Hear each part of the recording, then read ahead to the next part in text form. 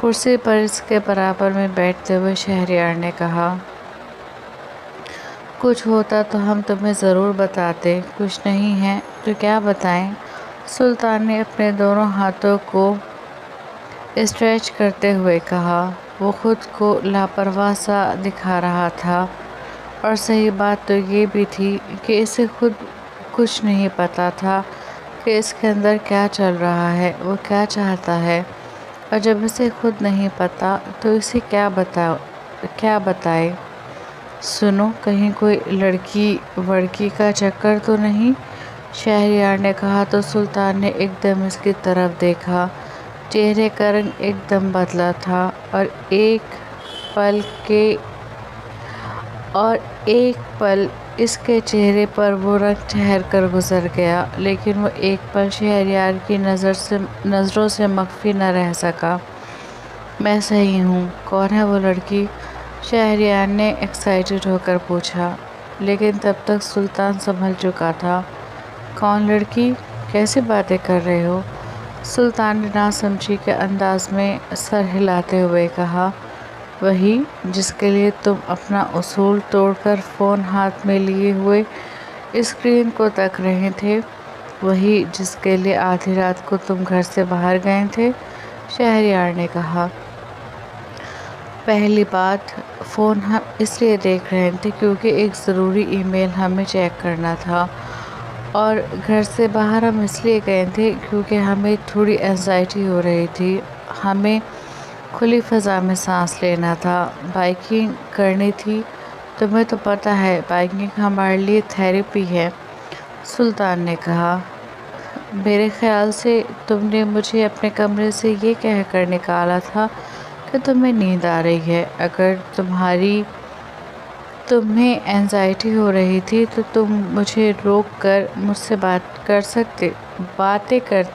کرتے یا میرے ساتھ باہر چلتے، لیکن تم نے ایسا نہیں کیا۔ کیا تمہیں اینزائٹی میرے جانے کے بعد ہوئی تھی؟ شہریار بال کی کھال نکال رہا تھا، اور اب اس کے سوال پر سلطان کے گلے میں گلٹی ابھر کر معلوم ہوئی تھی۔ وہ کیوں بھول جاتا ہے کہ سامنے جو شخص ہے اس کا بھائی ہے، جس کے ساتھ اس نے بچپن سے جوانی تک کا سفر گزارا ہے، جو اس کی خاموشی بھی سنتا ہے، جو اس کے انداز سے اس کے دل میں کیا چل رہا ہے پتہ لگا لیتا ہے۔ پھر اس سے یہ سب چھپانا کیسے ممکن تھا؟ لیکن وہ اسے کیا بتاتا کہ اسے ایک ایسی لڑکی ڈسٹرب کر رہی ہے جس سے اس کی 2 ملاقاتیں ہوئی ہیں اور دونوں ہی خوشگوار نہیں ہوئیں۔ وہ اسے کیا بتاتا؟ ایک حادثہ اس کے ذہن سے نہیں نکل رہا، وہ اس کے ذہن پر، اس کے دل پر اپنی جڑیں جما رہا ہے۔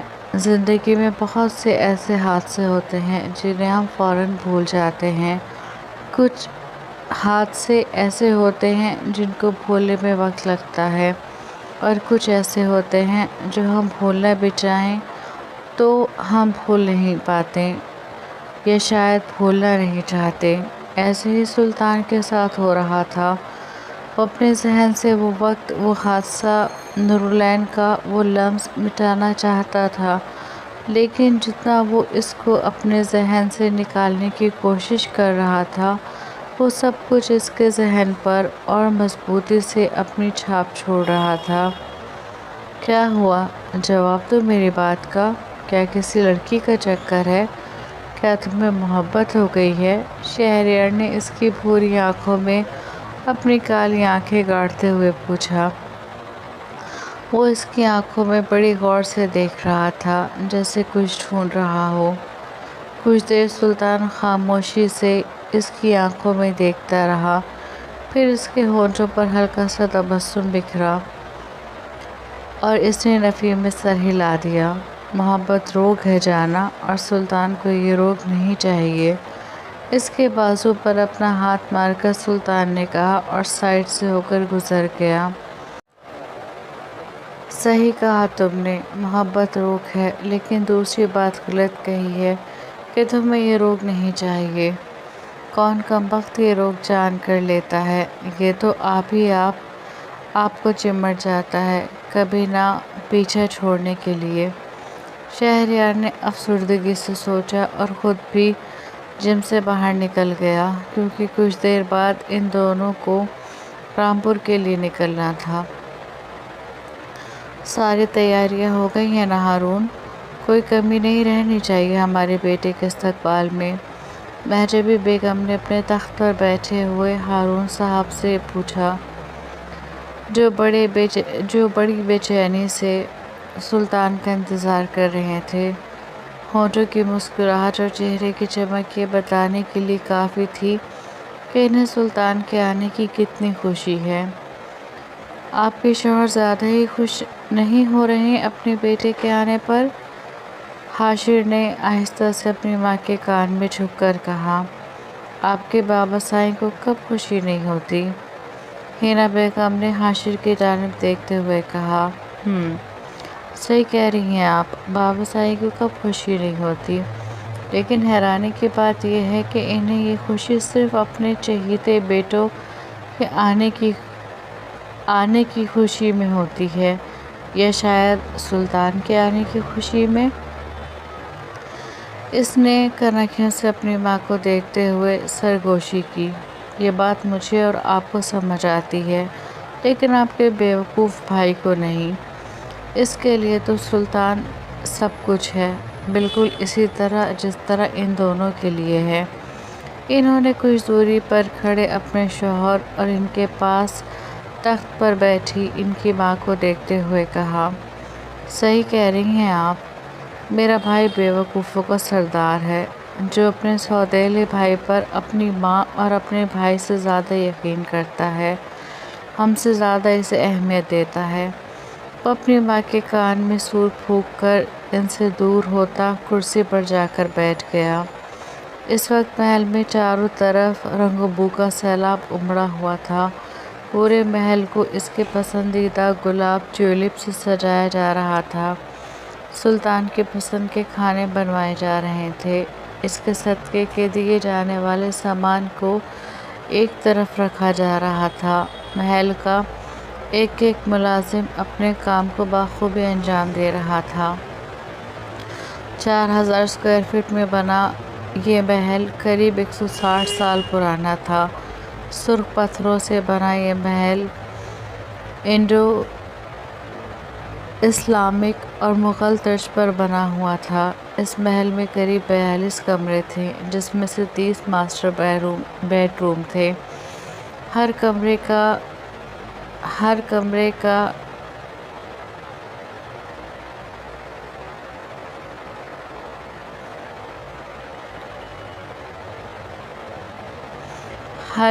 کا اندرونی اسٹرکچر، اس کی بناوٹ، اس کی سجاوٹ دوسرے کمرے سے مختلف تھی۔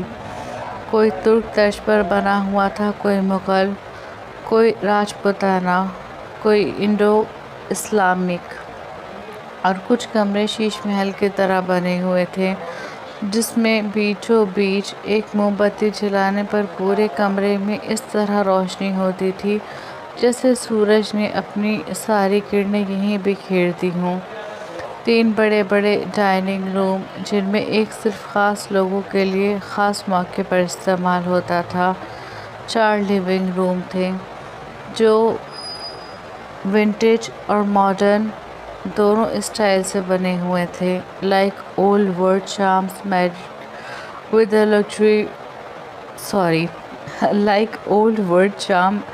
Married with the modern luxury.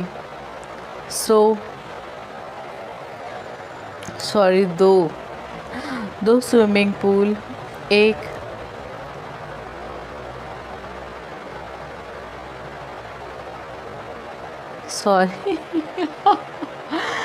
یار پتہ ہے میں بنا چشمے کے آج ریکارڈنگ کر رہی ہوں، تو ایک پونڈ جس میں کنول کے کھلتے پھول اسے خوبصورت بنا رہے تھے۔ گولف کورس، استبل، شوٹنگ رینج اور ایک بہت بڑا تہہ خانہ۔ جس میں جانے کی کسی کو اجازت نہیں تھی۔ سبھی کچھ اس محل میں تھا، جتنا خوبصورت وہ باہر سے دیکھنے میں تھا اتنا ہی خوبصورت وہ اندر سے تھا۔ اس کا انٹیریئر ماڈرن اور ونٹیج دونوں تھے، جو اس محل کی خوبصورتی کو اور بڑھاتے تھے۔ ہارون، فون کر کے دیکھو کب تک پہنچیں گے سلطان؟ مہجوی بیگم کے لہجے میں بے چینی تھی۔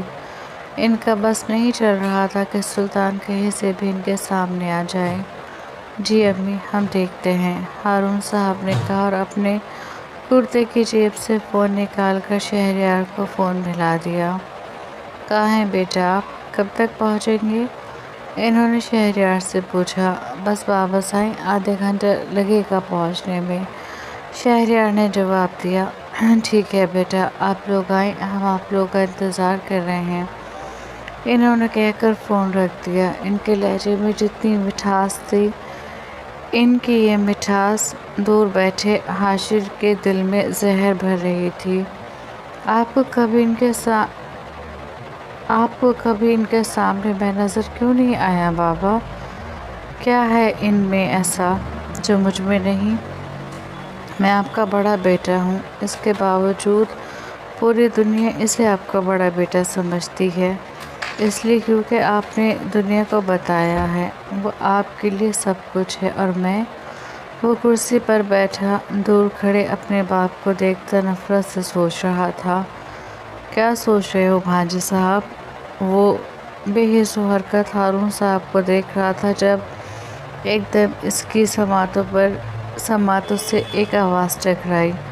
وہ ایک دم چونکا اور اپنی دائیں طرف دیکھنے لگا، جہاں ایک شخص اپنے 32 دانتوں کی نمائش کرتا اسے دیکھ رہا تھا۔ ڈر گئے بھانجے صاحب؟ اس شخص نے ہنس کر پوچھا۔ حاشر فتح جنگ خان کو کوئی ڈرا سکے؟ ابھی ایسا کوئی مائیکا لال پیدا نہیں ہوا۔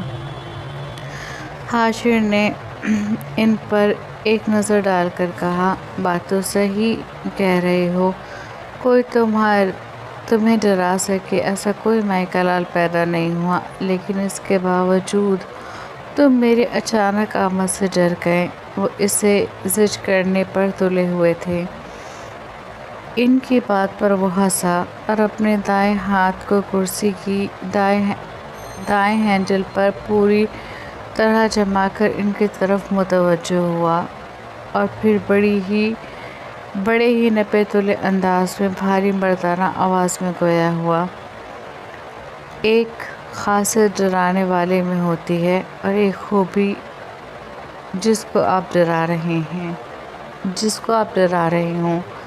آپ نے مجھے ڈرایا، یہ آپ کی خاصیت، میں نہیں ڈرا، یہ میری خوبی۔ اس نے ان کی آنکھوں میں آنکھیں ڈال کر کہا۔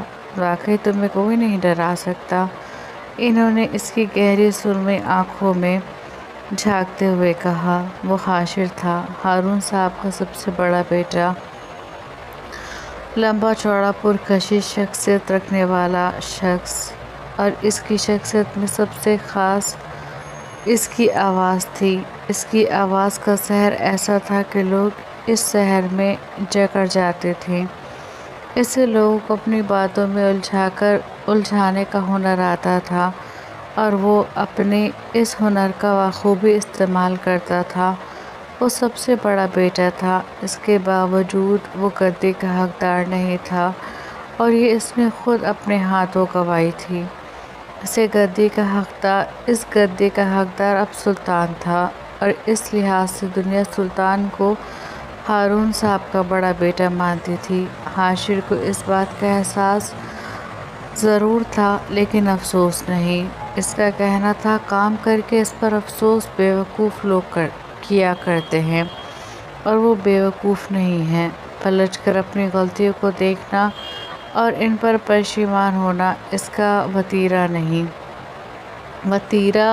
نہیں تھا۔ تبھی تو اپنے سر پر ایک گناہ کا بوجھ لے کر بھی وہ اپنے ضمیر کو چند الفاظوں کی مار مار کر مطمئن کیے ہوئے تھا کہ جو ہو گیا سو ہو گیا۔ مانتے ہیں نا آپ کہ مجھے کوئی نہیں ڈرا سکتا، اور نہ ہی کوئی ہرا سکتا ہے؟ اس نے غرور سے کہتے اپنا رخ سیدھا کیا۔ سنا ہے میرے چچا زاد، میرے بہنوئی، تمہارے باپ کا چہیتا بیٹا آ رہا ہے؟ اس کے برابر کرسی پر بیٹھتے ہوئے رئیس عالم نے کہا۔ صحیح سنا ہے آپ نے۔ دیکھ نہیں رہے کتنے اہتمام کیے جا رہے ہیں اپنے چہیتے بیٹے کے آنے کی خوشی میں؟ محل کو دیکھیں کیسے سجایا ہے، سارے کھانے اس کے پسند کے بن رہے ہیں۔ وہ دیکھیں سامان اس کے صدقے کے لیے نکالا گیا ہے۔ اس نے ایک طرف رکھے بڑے بڑے کارٹونز کی طرف اشارہ کرتے ہوئے کہا، جس میں کھانے پینے سے لے کر کپڑے اور ضروریات کے تمام سامان تھے۔ اور چہرہ دیکھیں بابا سائیں کا، خوشی سے کیسے چمک رہا ہے۔ اور ایک ہی کیوں، دو بیٹے آ رہے ہیں، دونوں چہیتے، جان سے پیارے۔ خوشی تو ہوگی۔ اس کا لہجہ ایک دم کچھ الگ ہوا تھا۔ پاس بیٹھے رئیس عالم نے ایک دم اسے دیکھا، لیکن جب تک وہ سمجھ چکا تھا۔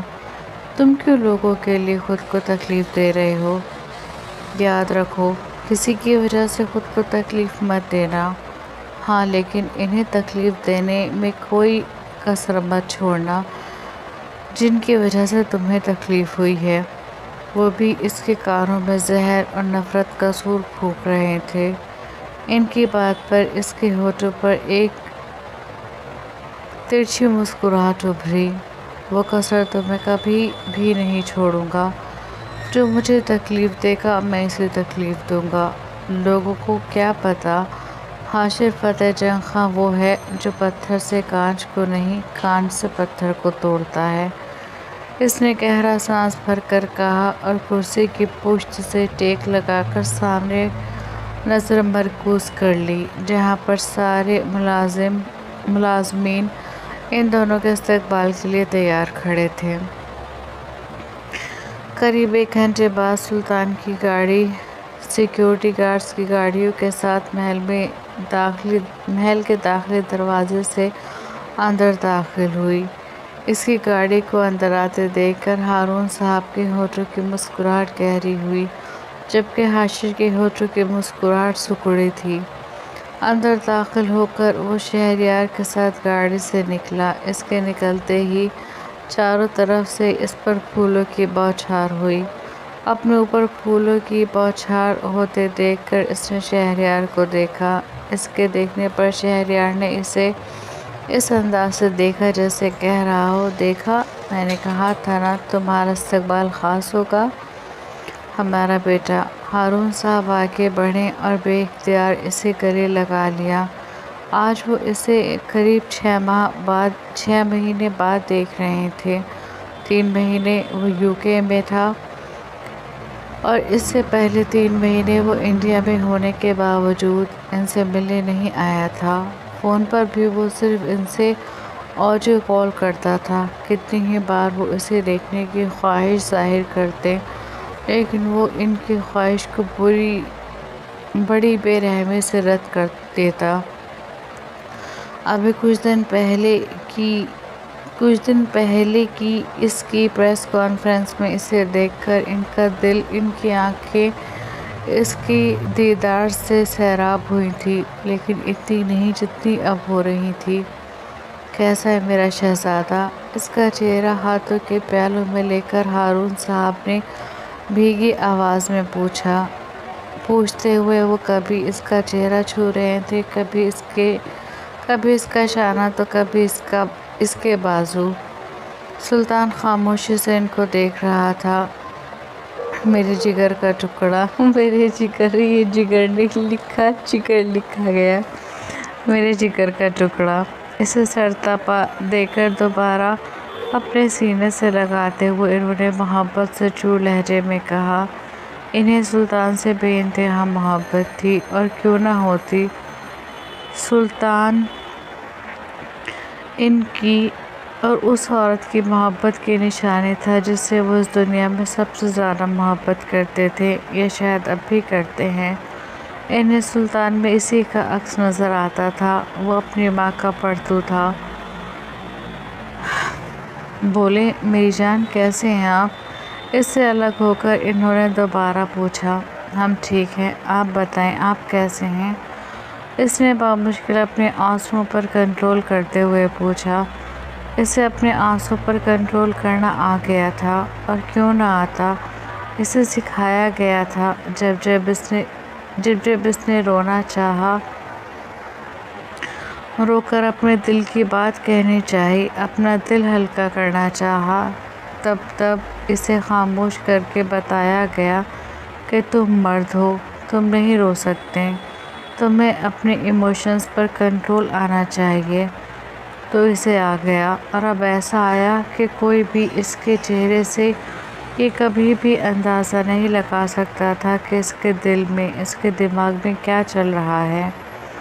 ہم بالکل ٹھیک ہیں، انہوں نے روتے ہوئے کہا۔ انہیں روتا دیکھ کر سلطان نے بڑی مشکل سے خود پر ضبط کیا تھا۔ ضبط کرتے ہوئے اس کا سفید چہرہ سرخ ہو گیا تھا، جبکہ شہریار کی آنکھیں اپنے باپ کے آنسوؤں پر بھیگ گئی تھیں۔ آپ روئیں مت، سلطان نے آگے بڑھ کر آہستہ سے ان کے آنسوؤں کو صاف کرتے ہوئے کہا۔ وہ ان سے محبت نہیں جتاتا تھا، لیکن ان کے آنسو اسے تکلیف دے رہے تھے، اور وہ اپنے بیٹے کی اتنی سی ہی ہمدردی پر خوش ہو گئے۔ میرا شہزادہ، دوبارہ اسے گلے لگا کر انہوں نے کہا، اور پھر شہریار کو دیکھ کر اپنی باہیں اس کے لیے وا کر دیں۔ شکر ہے اللہ کا، آپ کو خیال تو آیا کہ میں بھی سلطان کے ساتھ آیا ہوں۔ انہیں اپنے بازو میں یہ مطلب ایک ساتھ لکھا گیا، بازو میں کس کے بڑھتے ہوئے شہریار نے کہا۔ میں تمہیں بھول سکتا ہوں؟ انہوں نے پیار سے اس کا ماتھا چومتے ہوئے کہا۔ میں بھولنے بھی نہیں دوں گا، اس نے شرارت سے کہا۔ میری اولادیں بھولنے والی نہیں ہیں، انہوں نے مان سے کہا۔ وہ تو ہیں، لیکن یہ بتائیں، آپ کی 2 اولادیں تو یہاں ہیں، آپ کی تیسری اولاد کہاں ہے؟ شہریار نے ادھر ادھر دیکھتے ہوئے کہا۔ یہاں ہے آپ کے والد صاحب کی تیسری اور سب سے پہلی اولاد۔ پیچھے سے شہریار کو حاشر کی آواز سنائی دی، ادا کہتے ہوئے۔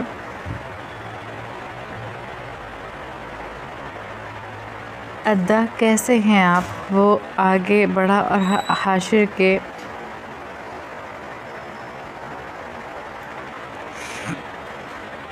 گلے لگ گیا۔ میں ٹھیک ہوں، تم بتاؤ تم کیسے ہو؟ اس سے خوش دلی سے ملتے ہوئے حاشر نے پوچھا۔ میں بالکل ٹھیک ہوں، کہہ کر وہ اس سے الگ ہوا۔ اور سلطان، تم کیسے ہو؟ چھوٹے چھوٹے قدم لیتا مغرور چال لکھا نہیں گیا، چال چلتا وہ سلطان کے پاس آ کر بولا۔ ہم ٹھیک ہیں، سلطان نے جواب دیا۔ اس کے جواب پر وہ مسکرایا اور آگے بڑھ کر اسے گلے سے لگا لیا۔ اس نے اسے مسکرا کر گلے سے لگایا تھا، لیکن گلے سے لگاتے ہی اس کی مسکراہٹ سمٹی تھی، جبکہ سلطان بے تاثر چہرے کے ساتھ ہی کھڑا تھا۔ خوشی ہوئی تمہیں اتنے وقت بعد دیکھ کر؟ اس سے الگ ہو کر پھر اپنے چہرے پر جھوٹی مسکراہٹ سجا کر اس نے کہا، کاش ہم بھی یہ کہہ سکتے۔ سلطان نے اتنی آہستہ سے کہا کہ وہ صرف حاشر کو سنائی دیا۔ ایک استہزائیہ مسکراہٹ سلطان پر چھا کر وہ پیچھے ہوا۔ چلیں بیٹا، اندر امی آپ کا بے صبری سے انتظار کر رہی ہیں۔ ہارون صاحب نے سلطان کو بازو سے تھام کر کہا۔ جی، کہتے ہوئے وہ ان کے ساتھ اندر کی جانب بڑھا۔ یہ سب ضرورت مندوں میں تقسیم کر دیجیے، اور سب سے کہنا کہ نواب ہارون نے اپنے بیٹوں کے لیے خصوصی دعاؤں کے لیے کہا ہے۔ اندر جاتے ہوئے انہوں نے ایک پرانے ملازم سے کہا تو ان کی بات پر وہ سر کو خم دیتا اس سامان کی سمت بڑھ گیا۔ سلطان ہارون صاحب کے ساتھ محل میں داخل ہوا اور اندر آ کر وہ سیدھا مہجبی بیگم کے پاس گیا۔ آ گیا میرا بیٹا، میری آنکھوں کا نور۔ وہ جو آتے ہی ان کے ہاتھ چوم کر ان کے پیروں میں بیٹھ کر ان کی گود میں سر رکھ چکا تھا، ان کے کہنے پر آہستہ سے سر اٹھا کر انہیں دیکھنے لگا۔ آنکھیں شدت گریہ سے سرخ ہوئی تھیں۔ ان کے آنچل سے اسے اپنی ماں کی خوشبو آتی تھی اور وہ خوشبو اسے کمزور کرتی تھی۔ میرا سلطان، کتنی دیر کر دی آنے میں؟ کوئی اس طرح بھی اپنوں کو تڑپاتا ہے جس طرح آپ نے ہمیں تڑپایا ہے؟ وہ اس کا چہرہ اپنے کمزور ہاتھوں میں لیے اس سے شکایت کر رہی تھی۔ ان کی شکایت پر سلطان کے ہونٹوں پر تبسم بکھرا۔ ہمیں معاف کر دیں۔ ایک لمحے کی تاخیر کیے بنا سلطان نے ان سے معافی مانگی، اور اسے پتہ تھا اس کے ایک بار کہنے بھر سے ان کے ساری شکایتیں ختم ہو جائیں گی۔ کر دیا، انہوں نے مسکراتے ہوئے کہا اور اسے اپنے سینے سے لگا لیا۔ کتنی دیر وہ خاموشی سے ان کے پیروں میں بیٹھا، ان کے سینے سے لگا رہا۔ ایک سکون اس کے پورے وجود میں سرایت کر رہا تھا، اور اسے یہ سکون اپنی دادی اور اپنی گرینی کے ہی پاس ملتا تھا۔ بہت دیر اسے خود سے لگائے رکھنے کے بعد انہوں نے شہریار کو ہاتھ بڑھا کر اپنے پاس بلایا اور اسے بھی خود سے لگا لیا۔ آپ کیسے ہیں میری چندا؟ پیار سے اس کے گال کو چوم کر انہوں نے پوچھا۔ میں بالکل ٹھیک ہوں دادی، اور آپ سے ملنے آتا رہتا ہوں۔ آپ اپنے اس پوتے سے دو ہاتھ کریں جو آپ کو پریشان کرتے ہیں، جو آپ کو تڑپاتے ہیں۔ انہیں خود سے لگاتے ہوئے شہریار نے شرارت سے کہا تو وہ ہنسنے لگی۔ نہیں، میں اپنی جان کو کچھ نہیں کہہ سکتی۔ یہ تو میرے سب سے پیارے بیٹے ہیں۔ سلطان کے سر پر محبت اور شفقت سے ہاتھ رکھتے ہوئے انہوں نے کہا۔ آئی ایگری، شہریار نے کہا۔ ہارون صاحب کی آنکھیں سلطان کے لیے شہریار کی محبت دیکھ کر بھیگی تھیں۔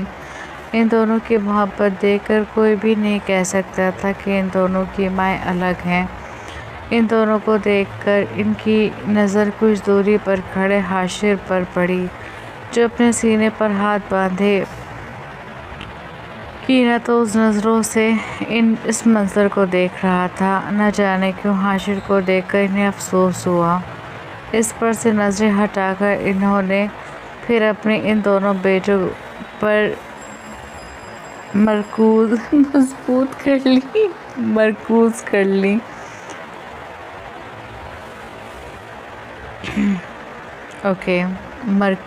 لی۔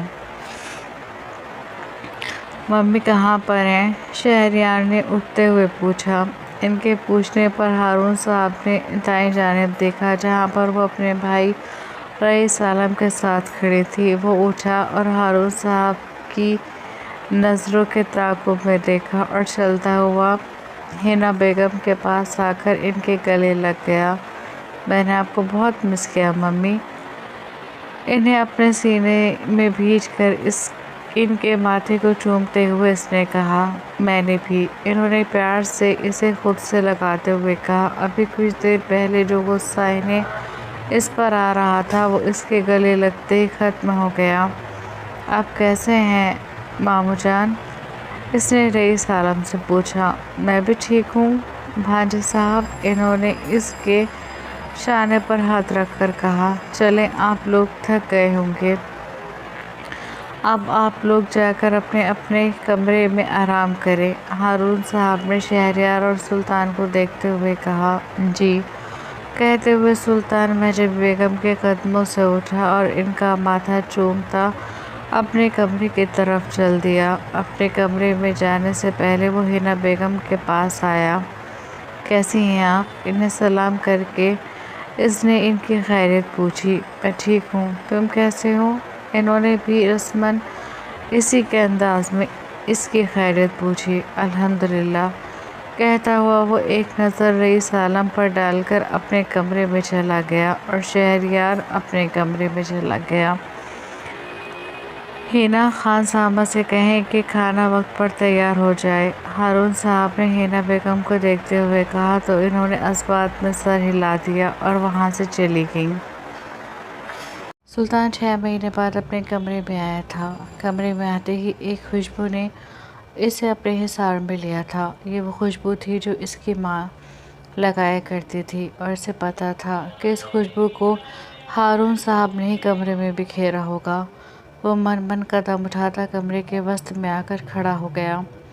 وسیع اور عریض کمرہ جس میں سارا انٹیریئر ونٹیج تھا۔ کمرے کے وسط میں پڑا کنگ سائز بیڈ جس کو چاروں طرف سے سفید پردے سے کور کیا گیا تھا۔ سائیڈ میں رکھی ونٹیج کرسیاں، بڑی بڑی کھڑکیوں پر پڑے خوبصورت پردے اور زمین پر بچھی خوبصورت دبیس قالین، اور بیڈ کے عین اوپر بیڈ کے عین اوپر لگی وہ ہینڈ پینٹنگ جس میں وہ تینوں تھے، وہ ہارون صاحب اور اس کی ماں جارجیا۔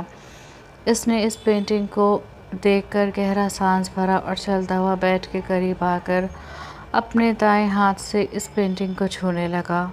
آپ کہیں نہیں ہیں، کہیں بھی نہیں۔ کیوں چلی گئیں آپ؟ جاتے ہوئے ایک بار ہمارا خیال نہیں آیا تھا؟ اس نے اپنی ماں کی پینٹنگ پر آہستہ سے ہاتھ پھیرتے ہوئے کہا، اور بس یہاں آ کر اس کا ضبط جواب دے گیا۔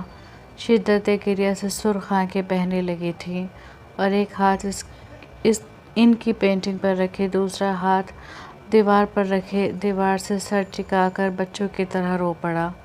ہم کہاں سے لائیں آپ کو؟ کس طرح بتائیں؟ آپ ہمیں کتنا یاد آتی ہیں۔ آپ کا چلے جانا ہماری زندگی کو ادھورا کر گیا ہے۔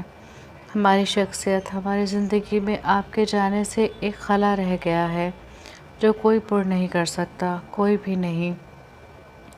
جانے سے پہلے ایک بار آپ نے ہمارے بارے میں کیوں نہیں سوچا تھا؟ ہم کیسے رہیں گے، ہمارا کیا حال ہوگا؟ آپ نے کچھ نہیں سوچا، وہ روتے ہوئے کہہ رہا تھا، اور پھر روتے روتے وہ وہیں دیوار کے سہارے لگ کر بیٹھ گیا۔ وہ رونا چاہتا تھا 12 سال پہلے بھی، وہ رونا چاہتا تھا 5 سال پہلے بھی۔ تب اسے رونے دیا گیا ہوتا تو شاید آج بہت کچھ مختلف ہوتا۔ وہ اپنے دونوں بازو اپنے گھٹنوں کے گرد رکھے، اپنا سر گھٹنوں میں چھپائے کسی بچے کی طرح رو رہا تھا جیسے وہ بچپن میں روتا تھا، اور اس کی ماں آ کر اس کے گھٹنوں کے گرد سے اس کے ہاتھ ہٹا کر اسے اپنے سینے سے لگا لیتی تھی، پھر اس سے رونے کی وجہ پوچھ کر اسے بہلاتی تھی۔ لیکن آج ایسا کچھ نہیں ہوگا، نہ کوئی اس کے گھٹنوں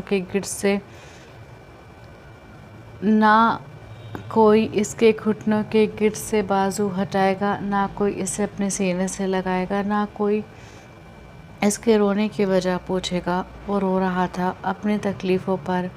اتنے سال گزر جانے کے بعد بھی تکلیف کا وہ احساس اس کے دل میں جیوں کا تیوں ہی تھا۔ اس وقت کوئی سلطان فتح جنگ خان کو اس حالت میں دیکھ لے تو حیران ہوئے بغیر نہ رہ سکے۔ اکھڑ مزاج، مغرور اور غصے والا سلطان سے ہٹ کر وہ تو کوئی معصوم سلطان لگ رہا تھا جسے اس وقت کسی کے سہارے کی ضرورت تھی۔ کوئی ہوتا جو اسے خود سے لگا کر اس کے رونے کی وجہ پوچھتا، اسے چپ کراتا، اسے پیار کرتا، لیکن کوئی نہیں تھا۔ وہ خود کے لیے خود ہی تھا۔ کتنی ہی دیر اسے اسی طرح بیٹھے ہوئے ہو گئی تھی۔ وہ جامد وہیں بیٹھا تھا جب اسے اپنے کمرے کے دروازے پر دستک سنائی دی۔ دستک پر اس نے اپنا سر اٹھایا اور ایک ہاتھ سے زمین پر دباؤ ڈال کر وہ اٹھ کر کھڑا ہو گیا۔ آ جائیں۔ جو کوئی بھی تھا اسے آنے کی اجازت دیتے وہ پلٹ کر دوبارہ تصویر کی طرف کھڑا ہو گیا، اس طرح کہ آنے والا اس کا چہرہ نہ دیکھ سکے۔ دروازہ کھول کر ملازم اندر داخل ہوا۔ نواب صاحب، 10 منٹ میں کھانا لگ رہا ہے، آپ آ جائیں۔ وہ اسے کھانے کی اطلاع دیتا جس طرح سر جھکا کر آیا تھا اسی طرح سر جھکا کر چلا گیا۔ ملازم کے جانے کے بعد سلطان نے گہرا سانس بھرا اور ایک بار پھر اس تصویر کو بڑے غور سے دیکھ کر پلٹا اور اپنے کمرے کا دروازہ بند کر کے اپنی الماری کی طرف بڑھا۔ الماری سے اس نے سفید رنگ کا کلف لگا پٹھانی سوٹ نکالا اور شاور لینے چلا گیا۔ 10 منٹ بعد وہ اپنے کمرے سے ڈائننگ ہال کی طرف جا رہا تھا۔ سرخ سفید رنگت پر سفید پٹھانی سوٹ پہنے وہ بے حد پیارا لگ رہا تھا۔ آستینوں کو کوہنی تک فولڈ کیے وہ مضبوط مردانہ چال چلتا محل کی جس راہداری سے نکل رہا تھا وہاں کی دیواریں دم سادھے اپنے رواب کو دیکھ رہی تھیں۔ وہ چلتا ہوا ڈائننگ ہال تک آیا۔ وہاں سب پہلے سے موجود تھے۔ ہارون صاحب اسے دیکھ کر کھڑے ہوئے اور مسکرا کر سربراہی کرسی پر اسے بیٹھنے کا اشارہ کیا۔ وہ گہرا سانس بھرتا اس کرسی کو دیکھتا رہا، پھر آگے بڑھ کر وہ اس کرسی پر بیٹھ گیا۔ سارا کھانا ہم نے آپ کی پسند کا بنوایا ہے، شروع کریں؟ ہارون صاحب نے سلطان پر ایک نظر ڈال کر نظریں چراتے ہوئے کہا۔ انہیں ایک دم احساس ہوا کہ اگر وہ اسے دیکھتے رہیں گے تو کہیں اسے نظر نہ لگ جائے۔ اس نے کچھ نہیں کہا، بس خاموشی سے کھانا اپنی پلیٹ میں نکالنے لگا۔ کھانا کھاتے ہوئے مہجبی بیگم تھوڑی بہت بات چیت کر رہی تھی۔ وہ نظریں جھکائے ان کی بات کا مختصر سا جواب دیتا۔ کھانا سکون بھرے ماحول میں کھایا گیا تھا۔ کھانا کھا کر سلطان پھر آرام کرنے کا کہہ کر اپنے کمرے میں جا رہا تھا جب اپنی کرسی سے اٹھ کر حاشر بھی اس کے پیچھے پیچھے چل دیا۔ سچ میں تھک گئے ہو یا پھر مجھ سے بچ رہے ہو؟ اپنے پیچھے حاشر کی آواز پر سلطان نے پلٹ کر اسے دیکھا۔ ہمیں آپ سے بچنے کی کوئی ضرورت نہیں ہے، کہتے ہوئے اس نے دوبارہ آگے قدم بڑھائے۔ اچھا، پھر مجھے کیوں لگ رہا ہے جیسے تم مجھ سے بچ رہے ہو یا پھر ہمت نہیں ہے میرا سامنا کرنے کی؟ وہ بھی اس کے پیچھے چلتا ہوا اپنی بات کہہ رہا تھا۔ ہمت کی بات نہ کریں ادا، ہمت ہم میں بہت ہے، لیکن صرف اس بات سے مار کھائے ہوئے ہیں کہ آپ ہمارے بڑے بھائی ہیں، ورنہ جو کچھ بھی آپ ہمارے ساتھ کرنے کی کوشش کر رہے ہیں یا آپ نے کرنے کی کوشش کی، اس کا ہم آپ کو منہ توڑ جواب دیتے۔ اس کی بات پر سلطان رکا، پلٹا اور پلٹ کر گھبرا کر اس کی بات کا جواب دیا۔ دھمکا رہے ہو مجھے؟ اس کی آنکھوں میں آنکھیں ڈال کر حاشر نے کہا۔ بتا رہے ہیں، اور صرف پہلی بار بتا رہے ہیں، آئندہ اگر آپ نے ہمارے ساتھ کچھ بھی کرنے کی کوشش کی تو ہم آپ کا وہ حشر کر دیں گے کہ آپ خود کو خود نہیں پہچان پائیں گے۔ وہ کیا ہے نا، ویسے تو سلطان دل کا بہت اچھا ہے، لیکن غصے میں دل کام نہیں کرتا، اور پھر جب غصے میں ہمارا دل کام نہیں کرتا تب ہم دماغ سے فیصلہ کریں گے۔ جب غصے میں ہمارا دل کام نہیں کرے گا تب ہم دماغ سے فیصلہ کریں گے، اور آپ یقین کریں ہمارے دماغ کے فیصلے بڑے خطرناک ہوتے ہیں، تو بہتر یہ ہوگا ہم سے اور شہریار سے دور رہیں۔ اس بزنس سے آپ کا کوئی تعلق نہیں ہے، سو اسٹے اوے۔ وہ ایک خونخوار نظر حاشر پر ڈالتا پلٹ کر اپنے کمرے کی طرف چل دیا، جبکہ حاشر اس کی بات پر پیچ و تاب کھا کر رہ گیا۔ سلطان تھکا ہوا تو نہیں تھا، اس کے باوجود وہ آرام کا بہانہ بنا کر آیا تھا۔ اسے تو بس ان سب کی نظروں سے بچنا تھا، ان سب کے سوالوں سے بچنا تھا، اور خود کو کمپوز کرنا تھا۔ یہاں آ کر اسے خود کو سمیٹنے میں، خود کو کمپوز کرنے میں تھوڑا وقت لگتا تھا۔ وہ اپنے کمرے میں آ کر خاموشی سے بیڈ پر لیٹ گیا۔ لیٹتے ہی یادوں کے کتنے درواہ ہوئے تھے۔ پپیا، آپ کتنی پیاری لگ رہی ہیں، بالکل کسی ریاست کی شہزادی کی طرح، کرن نے نورالعین کو سر تپا دیکھتے ہوئے کہا۔ روز گولڈ کلر کی میکسی پہنے، بالوں کو ہلکا سا کرل کیے ایک طرف سے کندھے پر ڈالے، دوپٹے کو آدھے سر پر پن اپ کیے، گولڈ کا نازک سا سیٹ پہنے، ہاتھوں پر نازک سی مہندی لگائے جو گہرا رنگ چھوڑ گئی تھی، اور لائٹ میک اپ میں وہ بے حد پیاری لگ رہی تھی۔ ابھی کچھ دیر پہلے سے میک اپ آرٹسٹ تیار کر کے گئی تھی۔ کرن باہر سارے مہمانوں کے ساتھ بزی تھی۔ اب انگیجمنٹ کی رسم کے لیے وہ اسے لینے آئی تھی تو دیکھ کر بے اختیار اس کے گلے لگ کر کہنے لگی۔ نورالعین اس کی بات پر کھل کر مسکرائی۔ اچھی لگ رہی ہوں، لیکن اتنی نہیں کہ تم نے مجھے کسی ریاست کی شہزادی ہی بنا دیا۔ اس نے کہا، ارے جو سچ ہے وہ سچ ہے، میں نے تو صرف ریاست کی شہزادی کہا ہے۔ ارسل بھائی آپ کو دیکھ کر کہیں ملکہ نہ بنا دیں۔ اس کے کندھے پر اپنے کندھے سے ٹہوکا مارتے ہوئے اس نے چھیڑا۔ بس ہو گیا۔ نورالعین نے آگے اسے کچھ بھی کہنے سے روکا۔ ہاں واقعی ہو گیا، اب آپ چلیں، سب آپ کا انتظار کر رہے ہیں، اور سب سے زیادہ ارسل بھائی۔ اس کے منع کرنے کے باوجود کرن اسے چھیڑنے سے باز نہیں آ رہی تھی۔ اس نے کمرے کا دروازہ کھول کر باہر کھڑے اپنے سارے کزنز کو بلایا۔ سب نورالعین کو لینے آئے تھے اور پھر اسے لیے وہ اسٹیج کی طرف چل دیے جہاں پر ارسل پہلے سے موجود تھا۔ اسے اسٹیج پر آتا دیکھ کر ارسل کچھ دیر پوری دنیا کو بھول کر بے خودی کے عالم میں اسے دیکھتا رہا۔ پھر زبور کے کندھے پر ہاتھ رکھنے پر وہ ہوش کی دنیا میں واپس آتا اپنی جگہ سے اٹھا اور آگے بڑھ کر اپنا ہاتھ آگے کر دیا۔ نورالعین نے پہلے اس کے ہاتھ کو اور پھر اسے دیکھا، پھر مسکرا کر اپنا دایاں ہاتھ اس کے ہاتھ میں تھما دیا جسے ارسل نے پورے استحقاق کے ساتھ تھام لیا۔ اس کے اسٹیج پر بیٹھنے کے بعد رسم شروع ہوئی۔ ارسل نے انگوٹھی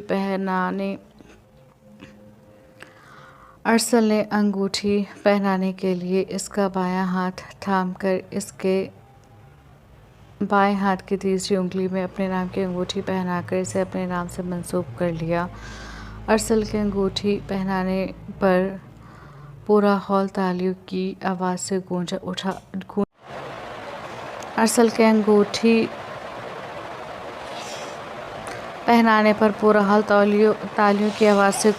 اس کے بعد نورالعین نے ارسل کے دائیں ہاتھ کی تیسری انگلی میں انگوٹھی پہنا دی۔ اس کا انگوٹھی پہناتے ہی ان پر پھولوں کی بوچھار شروع ہو گئی۔ فوٹوگرافر اور ویڈیوگرافر اپنے اپنے کام میں مصروف تھے۔ کتنے خوبصورت لمحے فوٹوگرافر نے کیمرے میں قید کیے تھے اور ایسے ہی کچھ خوبصورت لمحے کسی اور نے بھی اپنے موبائل میں قید کیے تھے۔ ارسل بے تحاشا خوش تھا۔ خوش تو نورالعین بھی تھی، لیکن ارسل کی خوشی اس کے چہرے سے عیاں تھی۔ رسم کے بعد سب نے انہیں گلے لگا کر مبارکباد دی، ایک دوسرے کو تحائف دیے گئے۔ پھر کھانے کا دور شروع ہوا۔ سب کھانا کھانے چلے گئے۔ اب اسٹیج پر صرف نورالعین اور ارسل موجود تھے۔ مبارک ہو۔ ارسل نے پورے استحقاق کے ساتھ اس کا بایاں ہاتھ تھام کر اس کے ہاتھ میں پہنائی گئی اپنے نام کی انگوٹھی سے چھیڑ چھاڑ کرتے ہوئے کہا۔ اس کے مبارکباد دینے پر وہ مسکرانے لگی۔ یار مجھے بھی تو دو، ارسل نے اس کے مسکرانے پر کہا۔ آپ کو بھی مبارک ہو، اس نے آہستہ سے کہا۔ آپ کو پتہ ہے نور، آپ بہت زیادہ پیاری لگ رہی ہیں، حد سے زیادہ، میری تو نظر ہی نہیں ہٹ رہی آپ پر سے۔